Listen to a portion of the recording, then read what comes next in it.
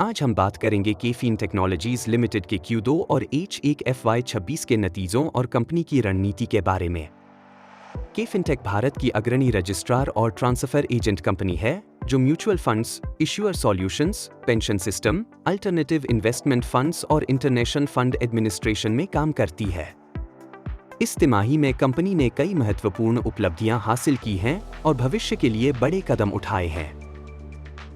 सबसे पहले बात करते हैं कंपनी के विजन की। केफिनटेक का लक्ष्य है भारत से पहला बड़ा ग्लोबल फंड एडमिनिस्ट्रेटर बनना।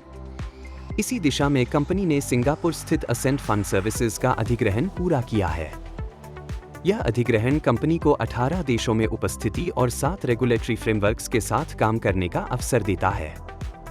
इसके अलावा कंपनी ने हेक्साग्राम और वेबाइल जैसी कंपनियों का अधिग्रहण किया है ताकि फंड अकाउंटिंग और मोबिलिटी सॉल्यूशंस में अपनी क्षमताओं को बढ़ाया जा सके। अब बात करते हैं बिजनेस परफॉर्मेंस की। कंपनी ने म्यूचुअल फंड सेगमेंट में 4 नए क्लाइंट्स जोड़े हैं और पिछले कुछ महीनों में 10 नए क्लाइंट्स साइन किए हैं। सिप बुक मजबूत बनी हुई है और कंपनी का मानना है कि लंबे समय में सिप मार्केट शेयर कंपनी के कुल मार्केट शेयर को निर्धारित करेगा। इश्यूअर सॉल्यूशंस में कंपनी ने लगभग 500 नए क्लाइंट्स जोड़े हैं और देश का सबसे बड़ा IPO LG सफलतापूर्वक लॉन्च किया है। आने वाले महीनों में हर हफ्ते 2 से 3 IPO होने की उम्मीद है, जिससे कंपनी की एन्युटी रेवेन्यू बढ़ेगी। पेंशन बिजनेस में कंपनी ने बड़ा कदम उठाया है। रेगुलेटरी बदलावों के चलते अब पेंशन फीस बेस्ट होगी, जिससे रेवेन्यू और मार्जिन में बढ़ोतरी होगी। कंपनी का मार्केट शेयर NPS में 10.3% तक पहुंच गया है, जो प्राइवेट सेक्टर में इंडस्ट्री एवरेज से 4 गुना ज्यादा है।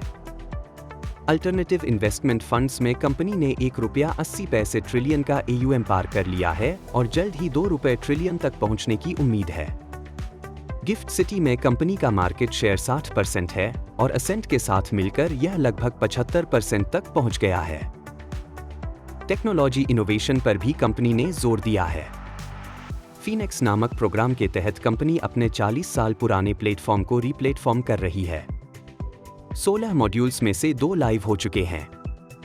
यह बदलाव कंपनी को तेज डिजिटल सॉल्यूशंस, बेहतर क्लाइंट सर्विसिंग और मार्जिन एक्सपेंशन में मदद करेगा। इसके अलावा कंपनी ने इग्नाइट और आइरिस जैसे प्लेटफॉर्म लॉन्च किए हैं, जो डिस्ट्रीब्यूटर्स और फाइनेंशियल इंटरमीडिएरीज के लिए एक नया इकोसिस्टम तैयार कर रहे हैं। अब बात करते हैं वित्तीय नतीजों की। Q2 FY26 में कंपनी का रेवेन्यू ₹309 करोड़ रहा, जो साल दर साल 10.3% और सीक्वेंशियल 12.8% ज्यादा है। EBITDA मार्जिन 43.9% रहा और पैट मार्जिन 30.2% रहा। डाइल्यूटेड EPS ₹5.38 तक पहुंच गया। कंपनी के पास सितंबर अंत तक ₹690 करोड़ की कैश और कैश इक्विवेलेंट्स थी। कंपनी का फोकस इंटरनेशनल बिजनेस पर भी है। असेंट के साथ मिलकर कंपनी इंटरनेशनल मार्केट में तेजी से बढ़ रही है।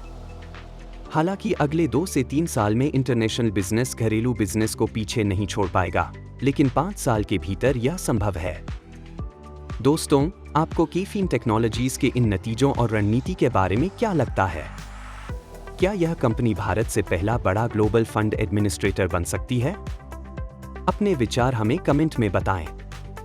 अगर वीडियो पसंद आया हो तो लाइक करें, शेयर करें और चैनल को सब्सक्राइब करना न भूलें।